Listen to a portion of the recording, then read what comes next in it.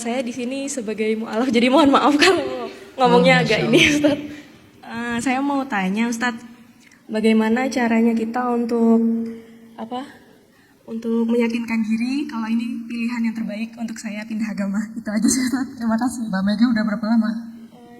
Sekitar 5 tahun, Ustadz. Masya Allah, barakallah fiik. Semoga diberikan istiqomah. Amin. Soalnya akhir-akhir ini sedang goyah, Ustadz. Oh, Soalnya kan habis punya teman nikah. nggak? Kenapa? Punya teman? Temen punya. Teman belajar maksudnya? Punya suami. Oh, yang sebelah sana langsung. Kenapa? Oh, langsung. Ya. Padahal mau jadi temen ya. Jadi udah mau optimis. Kalau teman belajar kan bisa. Suami muslim atau mualaf? Muslim. Emang muslim. Ustadz, iya. Ya. Makanya sekarang datang ke sini ingin dikasih lebih kuat lagi gimana caranya biar nggak oleng lagi, Ustadz. Terima kasih. Baik, barakallah fiik. Sifat iman itu emang bukan hanya yang baru mualaf ya, semua mukmin yang dari lahir pun, bahkan para sahabat kecuali Nabi ya, para sahabat pun memiliki sifat iman yang sama. Iman itu apa? Fluktuatif, yazidu wa yanqus, naik dan turun, bertambah dan berkurang. Itu emang sifat iman.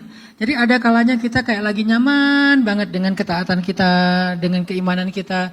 Tapi ada kalanya kayak lagi drop dan kayak nggak mau ngapa-ngapain. Terus muncul rasa-rasa gelisah, ya anxiety itu, atau overthinking, atau kayak kebingungan sendiri. Ini gimana sih, ini benar nggak sih, dan segala macam. Itu tuh pasti keadaan ketika iman kita lagi lemah. Biasanya iman lagi lemah itu nanti ininya macam-macam, godaannya macam-macam. Kalau iman lagi kuat, gairahnya juga macam-macam, pengen ibadah ini, pengen beramal itu, dan seterusnya. Gairahnya macam-macam pas iman lagi kuat. Godaannya juga macam-macam pas iman lagi lemah. Nah pertanyaannya sekarang, gimana biar iman kita itu kalau lagi lemah itu nggak lama-lama dan ada yang menyelamatkannya supaya dia bisa bertambah ketika dia berkurang. Satu kata para ulama, banyakin istighfar. Kenapa banyakin istighfar? Lemahnya iman itu penyebabnya dosa. Tazidu yazidu bitta'ah wa yanqusu bil ma'siyah. Iman itu bertambah dengan ketaatan dan berkurang dengan maksiat. Biasanya penyebab iman lemah itu adalah dosa-dosa. Dan dosa yang paling ringan tapi paling mudah mengurangi iman itu adalah fatrah atau futur. Apa itu futur? Kelamaan nganggur. Futur itu kelamaan nganggur. Nganggur di sini itu bukan kerjaan ya. Nganggur dari aktivitas-aktivitas yang bisa menyehatkan iman kita. Kelamaan gak hadir ke majelis, kelamaan gak ketemu dengan orang solih, kelamaan gak membaca Al-Quran, kelamaan gak bertemu dengan tempat-tempat yang vibes-nya bagus. Salah satu yang paling terbaik itu pastinya Masjidil Haram, Masjid Nabawi kalau kita mampu. Atau kalau enggak ya masjid-masjid yang vibes-nya memang beda gitu. Kalau pada umumnya kan dia vibes sholat 5 waktu ya. Ada masjid yang di situ tuh ada amalan yang lebih daripada 5 waktu. Ada majelis ilmunya di situ, ada dakwahnya di situ segala macam. Kita terlalu lama absen dari sana. Selain karena dosa, bisa juga karena fatrah atau karena futur, kelamaan absen.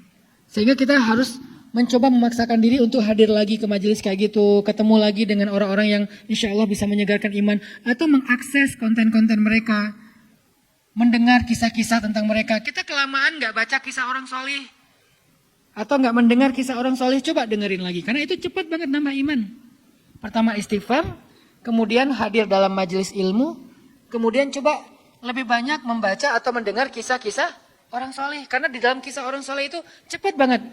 Kan kata Allah juga di dalam Al-Quran, wa kullan naqussu 'alaika min amba'ir rusuli ma nutsabbita bihi fu'adak. Begitulah kami mengisahkan kisah-kisah Rasul kepadamu Muhammad. Nabi Muhammad aja yang udah sempurna imannya masih membutuhkan kisah-kisah. Kisah siapa? Kisah Rasul-Rasul yang lain, padahal beliau adalah Rasul terbaik. Tapi masih membaca kisah rasul-rasul yang lain di antara saudara-saudara beliau para rasul dan para anbiya. Wa kullan naqussu 'alaika min amba'ir rusul. Kisah-kisah nabi yang kami kisahkan kepadamu Muhammad, ma nusabbitu bihi fuadak, untuk meneguhkan hatimu Muhammad. Jadi ketika nabi lagi sedih, dihibur dengan kisah para nabi. Ketika nabi lagi drop, dikuatkan dengan kisah nabi. Ketika nabi lagi bingung, dimantapkan keinginan dan tujuannya dengan kisah-kisah para nabi. Selalu kayak gitu, kisah-kisah nabi-nabi sebelumnya menguatkan hati nabi. Maka kita juga butuh kisah yang sama. Coba baca kisah-kisah inspiratif sesuai dengan tema kita. Misalnya bisa cari di sosial media atau di YouTube dan seterusnya. Kisah ajaib dalam Islam misalnya. Atau kisah-kisah sahabat yang inspirasi. Kisah nabi-nabi yang solih dan seterusnya. Itu banyak keluar tuh kisah-kisah yang bagus. Apalagi kalau kalian ngerti bahasa Arab. Itu lebih banyak lagi referensinya. Kalau nggak ngerti bahasa Arab, oke. Hanya yang versi Inggris sama versi Indonesia. Mudah-mudahan. Atau bahasa Arab tapi udah ada translate-nya. Udah ada subtitle-nya sehingga kita tinggal baca. Akses. Istighfar. Paksakan hadir dalam majelis ilmu kayak gini.